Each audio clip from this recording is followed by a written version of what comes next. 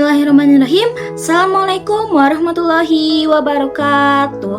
Halo semuanya, berjumpa lagi dengan saya Najwa Azatul Kautsar dengan NIM 2384107. Nah, di sini saya akan mereview buku novel dengan judul Esidentias Kanva Narendra karya Ita KRN atau Kak Ita Kurniawati.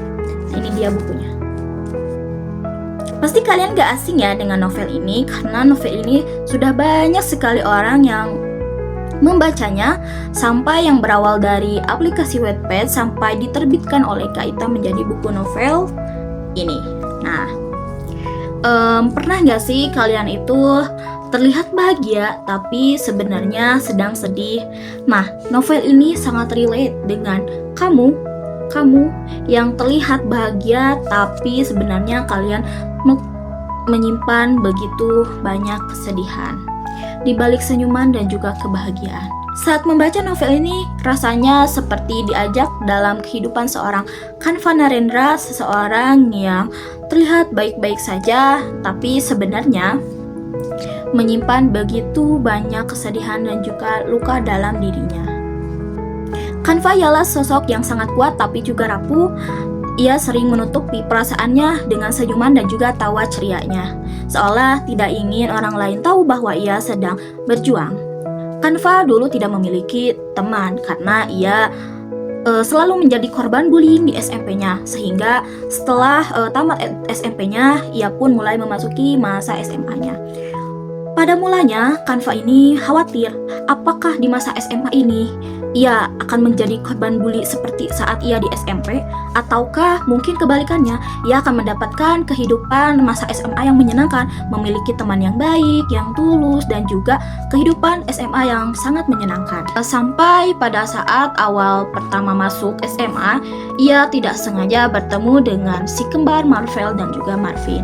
Kedua anak ini menurut Kanva memiliki sifat yang sangat bertolak belakang. Yang satu alias Marvel ini memiliki sifat yang sangat dingin, sedingin es. Lalu kembarannya itu Marvin memiliki sifat yang berkebalikan, yaitu ceria namun sedikit buaya menurut Kanva.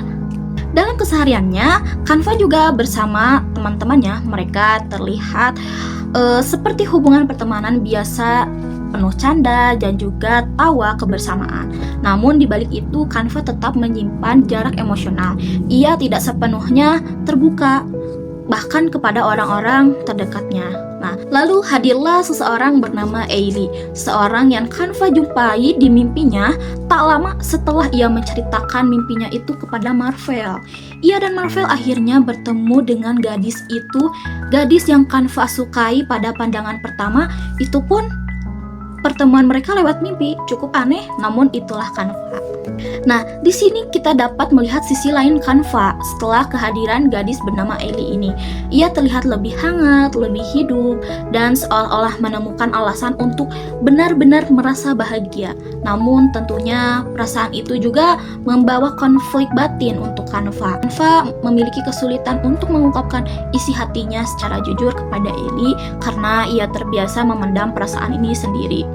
Hubungan Kanva dan Ailey ini bukan hanya tentang cinta, tapi juga tentang keberanian untuk membuka diri.